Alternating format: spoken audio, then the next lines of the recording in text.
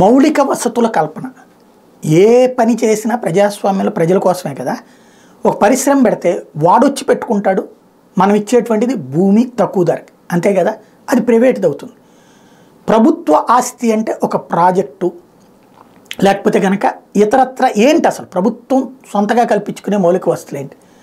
చంద్రబాబు నాయుడు గారి టైంలో ఏం మౌలిక వస్తువులు కట్టారు? ఏమని చెప్తారు? సచివాలయము, లేకపోతే హైకోర్టు, అసెంబ్లీ, లేదా విజయవాడ గుంటూరు పరిసరాల్లో కొన్ని భవనాలు అద్దెకి తీసుకుని కట్టినటువంటి ప్రభుత్వానికి సంబంధించినటువంటి ఇష్యూస్. కొన్ని చోట్ల సొంత భూముల్లో కూడా కట్టారు, మౌలిక వస్తువులే కదా. కరెక్ట్. ఇది విజయవాడ గుంటూరులో కట్టారు, రవాణా శాఖ కార్యాలయం అని చెప్పేసి ఆర్టీసీ బస్టాండ్లో ఒక భవనాన్ని పూర్తి చేసి గతంలో ఉన్నటువంటి భవనాన్ని అందుబాటులోకి తీసుకొచ్చి అక్కడ ఆఫీసులా కట్టడం, ఇట్లాంటి మౌలిక వస్తువులే కదా. అది మౌలిక వస్తువులు కల్పించామని చెప్తుంది కదా. జగన్ వచ్చాక చేయలేదంటున్నారు కదా. మరి జగన్ వచ్చాక చేసినటువంటి ఇవి మౌలిక వస్తువులా కావా? 15,000కి పైగా సచివాలయాలు, గ్రామ సచివాలయాలు, పక్కా భవనాలు, అందులో కొన్ని అద్దెకు కూడా ఉండొచ్చు, ఎక్కువగా కన్స్ట్రక్షన్ జరుగుతూ ఉన్నాయి.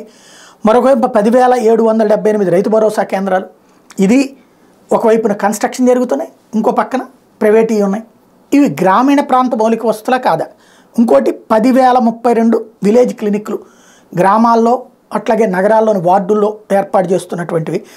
అట్లాగే 542 అర్బన్ హెల్త్ కేర్ సెంటర్లు, అంటే ఈ 10,032 ఏమో విలేజ్లో హాస్పిటళ్ళు, 542 ఏమో అర్బన్లో. ఇటట్లో కొన్ని కట్టారు, కడుతున్నారు.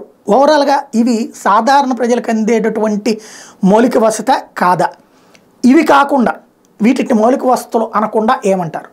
రోడ్లు వేయడం కూడా మౌలిక వసతే. ఇవి శాశ్వత మౌలిక వసతులా కాదా? ఇది ఒక చర్చ.